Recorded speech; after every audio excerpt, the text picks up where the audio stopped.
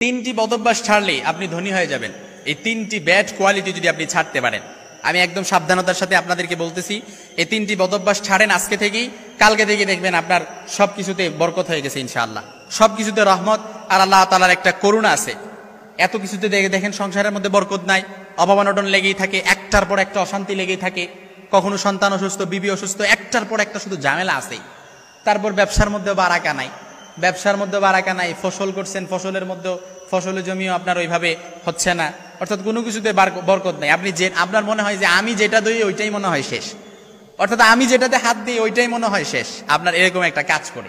এই জন্য এই তিনটি বদভ্যাস যদি আপনি ছাড়তে পারেন, তিনটি বদভ্যাস ছাড়তে পারলেই আপনি ধনী হবেন ইনশাআল্লাহুল আজিজ। বুখারী শরীফের হাদিসে যে কোনো একটা কারণ, বুখারী শরীফের হাদিসে এসেছে যে কোনো একটা কারণ থাকে তার বরকত চলে যায়। অর্থাৎ এই তিনটা বদভ্যাসের মধ্যে যে কোনো একটা বদভ্যাস যদি তার থাকে তাহলে তার বরকত চলে যায়। অভাব অনটন থাকে, অভাব অনটন লেগেই থাকে, রহমত বরকত সাকিনা কোনো কিছুই নাজিল হয় না। এক নাম্বার, আপনি একটু মিলায় নেন, একটু মিলায় নেন আপনার ভেতরে আছে কিনা, আপনার ফ্যামিলির কোনো সদস্যের ভেতরে এটা আছে কিনা। এক নাম্বার যেটা বলবো সেটা হচ্ছে মিথ্যা কথা বলা। এই মিথ্যা কথা আমাদের মধ্যে অনেক আছে। স্বামী স্ত্রীর সাথে মিথ্যা কথা বলে, স্ত্রী স্বামীর সাথে মিথ্যা কথা বলে, অর্থাৎ সত্য গোপন করে, সন্তানের সাথে সত্য গোপন করে, স্ত্রীর সাথে সত্য গোপন করে, অর্থাৎ একটা সত্য গোপন করার জন্য কিন্তু আরো কয়েকটা মিথ্যা কথা বলা লাগে, এটা কিন্তু মনে করতে হবে।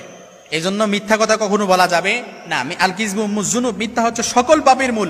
রাসূল সাল্লাল্লাহু আলাইহি সাল্লামের কাছে এক লোক এসে বলে, ইয়া রাসূলুল্লাহ, আমার ঘরে তো কোনো কিছুতে বরকত নাই, শান্তি নাই। রাসূল বলে, মিথ্যা কথা ছেড়ে দাও, তোমার সবকিছুতে বরকত হয়ে যাবে। সুবহানাল্লাহি ওয়া বিহামদি।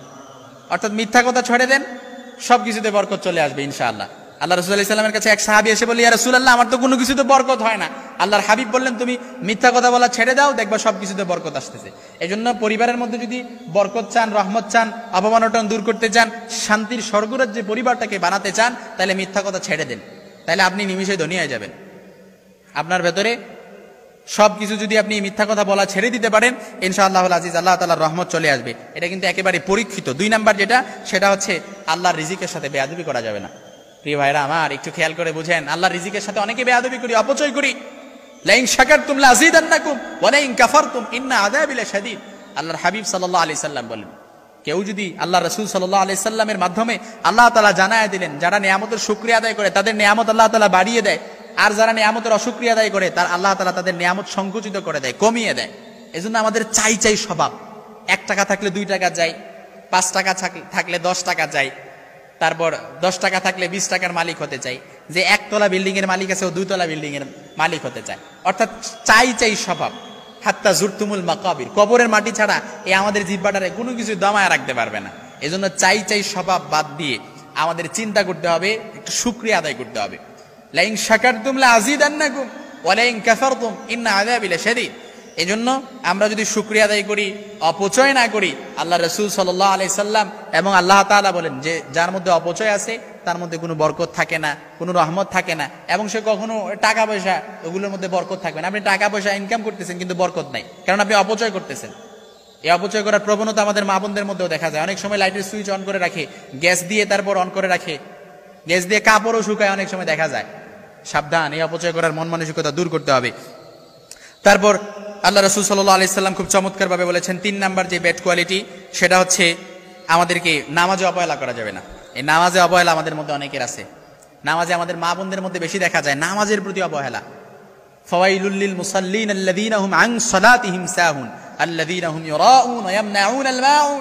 সূরাতুল মাউনে নামাজে অবহেলাকারীদের ব্যাপারে আল্লাহ তাআলা খুব সাবধানভাবে আমাদেরকে সতর্ক দিয়েছেন। এজন্য নামাজে অবহেলা করা যাবে না। নামাজের সময় এসে তো নামাজ পড়ে ফেলেন। অনেকে বলবেন, হুজুর আমরা তো নামাজই পড়ি না, আবার আপনি নামাজের কথা কি বলবেন? না প্রিয় ভাই আমার, নামাজের প্রতি অবহেলা করলে আপনার কোনো কিছুতে বরকত থাকবে না। আউয়ালু মা ইউহাসাবু বিহিল আবদু ইয়াউমাল কিয়ামাতিস সালাহ, কিয়ামতের ময়দানে সর্বপ্রথম নামাজের হিসাব হবে। এজন্য নামাজের প্রতি অবহেলা করা যাবে না। নামাজের প্রতি একদম আমাদেরকে পুঙ্খানুপুঙ্খভাবে নামাজ আমাদেরকে সময় মতো আদায় করতে হবে। আমাদের মা বোনদেরকেও জানায় দিবেন। তারা অনেক সময় দেখা যায় কাজের ফাঁকে কখন যে নামাজের সময় চলে যায় তারা এটা টেরও পায় না।